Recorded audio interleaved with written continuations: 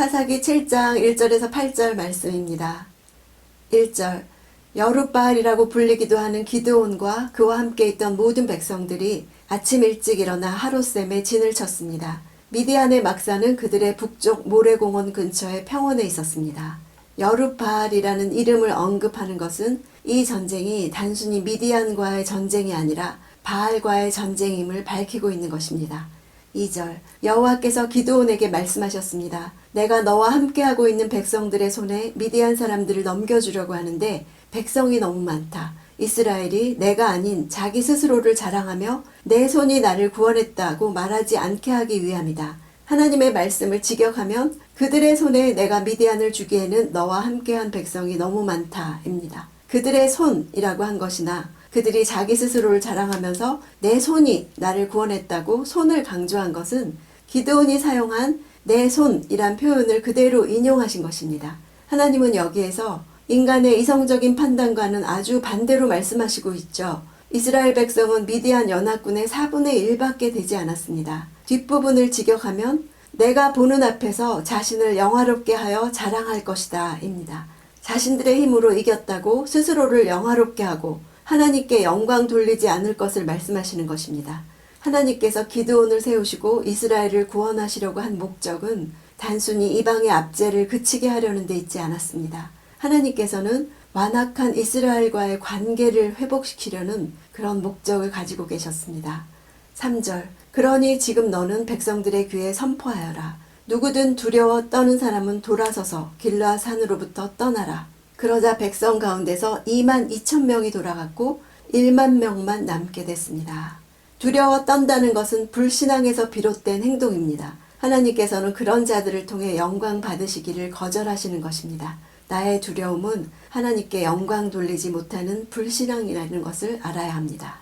4절 그러나 여호와께서 기드온에게 말씀하셨습니다. 아직도 사람이 너무 많다. 그들을 물가로 데리고 가거라. 그러면 거기에서 너를 대신해 내가 그들을 시험하겠다. 내가 이 사람은 너와 함께 갈 것이다 라고 내게 말하면 그가 너와 함께 갈 것이요. 내가 이 사람은 너와 함께 가지 않을 것이다 라고 내게 말하는 사람은 가지 않을 것이다. 시험한다는 것은 금속을 재련하는 의미가 있습니다. 마치 용광로에서 불순물이 제거되는 과정처럼 기드온과 함께한 백성들을 연단해서 시험해서 그들 중에서 하나님이 원하시지 않는 사람들을 제거한다고 하신 것입니다. 5, 6절 그리하여 기드온은 사람들을 데리고 물가로 내려갔습니다. 여호와께서 기드온에게 말씀하셨습니다. 개처럼 물을 혀로 핥아먹는 사람과 물을 마시기 위해서 무릎을 꿇고 엎드리는 사람 모두를 따로 세워라. 그러자 손을 입에 대고 핥아먹은 사람의 수가 300명이었습니다. 그 나머지 모든 사람들은 물을 마시기 위해서 무릎을 꿇고 엎드렸습니다. 고대 근동, 특히 이집트에서 개는 경계심과 조심성이 강한 동물로 인식되었습니다. 이집트의 나일강에는 악어가 많았기 때문에 나일강에서 물을 마시는 개들은 언제나 위기감을 느끼면서 좌우를 살피면서 물을 먹었다고 합니다. 따라서 개처럼 물을 혀로 핥아먹은 사람은 손을 입에 대고 핥아먹은 300명이었습니다. 손이 단수로 되어 있는 것은 한 손에는 무기를 놓지 않았다는 것을 뜻합니다. 이들은 적군이 언제 공격해 올지 모르는 긴장된 상황 속에서 무릎을 꿇고 갈증을 해결하기에만 몰두하지 않고 경계심을 가지고 먹었던 것입니다. 무릎을 꿇고 엎드린 동작을 나타내는 동사는 성경에서 무릎을 꿇고 간구하거나 경배하거나 아이를 낳기 위해 눕는 경우 등에 사용된 단어입니다. 따라서 무릎만 아니라 허리와 고개까지 구부리고 얼굴을 물속에 파묻고 정신없이 물을 마시는 자세를 말하고 있습니다. 목이 말라 갈증 날 때 허겁지겁 먹는 것은 일반적이죠. 그러나 전투 중인 군사라면 갈증을 해소하는 가장 원초적인 일에 있어서조차 오히려 경계를 늦추지 않는 자세가 요구되었던 것입니다. 하나님은 단지 물을 핥아먹은 사람의 숫자가 적어서 그들을 택한 것이 아니었습니다. 4절에서 내가 시험하겠다 하신 것은 하나님께서 불순물을 제거하는 것처럼 전쟁에 합당하지 않은 자를 시험을 통해 제거하신 것입니다.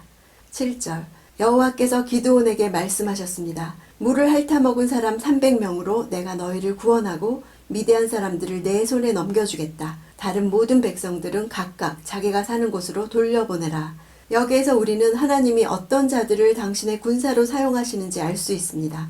먼저 두려움이 많은 자는 하나님의 군사로서 적합하지 않습니다. 이들은 자기뿐 아니라 동료 군사들에게까지도 심리적으로 영향을 끼쳐서 사기를 떨어지게 할 것이기 때문입니다.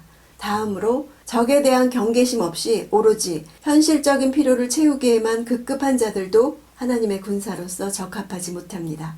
8절 그리하여 기드온은 300명만 남기고 다른 모든 이스라엘 사람들은 각각 자기의 집으로 돌려보냈습니다. 그들은 돌아간 백성들의 식량과 나팔을 손에 들었습니다. 미디안 군대는 기드온이 있는 평원 아래쪽에 있었습니다. 300명만 남기고 할 때 남긴다는 동사는 굳게 잡았다는 뜻입니다. 최종적으로 선발되어 남게 된 300명은 9,700명의 군사들이 돌아가는 것을 보면서 심리적으로 불안해졌을 것입니다. 이제 싸워야 할 적이 13만 5천 명이니까 한 사람이 450명의 적을 상대로 싸워야 합니다. 이런 상황에서 이스라엘이 이긴다면 그들은 결코 자신들의 능력으로 승리했다고 말할 수 없을 것입니다. 오늘 본문에서 우리는 사사기에 나타나는 구원의 원리를 봅니다. 하나님의 생각은 우리의 생각과 다릅니다. 그들의 손에 내가 미디안을 주기에는 너와 함께한 백성이 너무 많다. 하나님은 통계로 일하지 않으십니다. 전쟁을 앞두고 내가 힘이라고 생각했던 것이 다 없어질 때 나는 끝이라고 생각하지만 하나님은 이제 시작할 때라고 여기십니다. 하나님은 우리 입에서 하나님이 하셨다. 이런 고백이 나오기를 원하십니다. 그것만이 내가 살아갈 원리이기 때문입니다. 내게는 미디안을 물리치는 게 중요한데 하나님께는 미디안이 중요한 게 아니라 나와의 관계가 중요합니다. 애초에 미디안이 왜 우리에게 왔습니까? 하나님과의 관계가 되지 않았기 때문에 온 것이었습니다. 히브리서 11장 믿음의 사람들 명단에 기드온이 있습니다. 믿음의 사람이란 내 힘을 믿는 것이 아니라 하나님을 믿는 믿음으로 사는 사람을 말합니다. 숫자가 아니라 하나님을 신뢰하는 것입니다. 지금 하나님이 하셨다라고 말할 수밖에 없는 상황에 있습니까? 하나님이 거기까지 인도하신 것입니다. 나를 통해 영광 받으실 것입니다. 오늘 그런 상황에 있는 것을 감사하면서 나를 통해 하나님이 영광 받으시기를 원한다는 고백을 드리기 원합니다.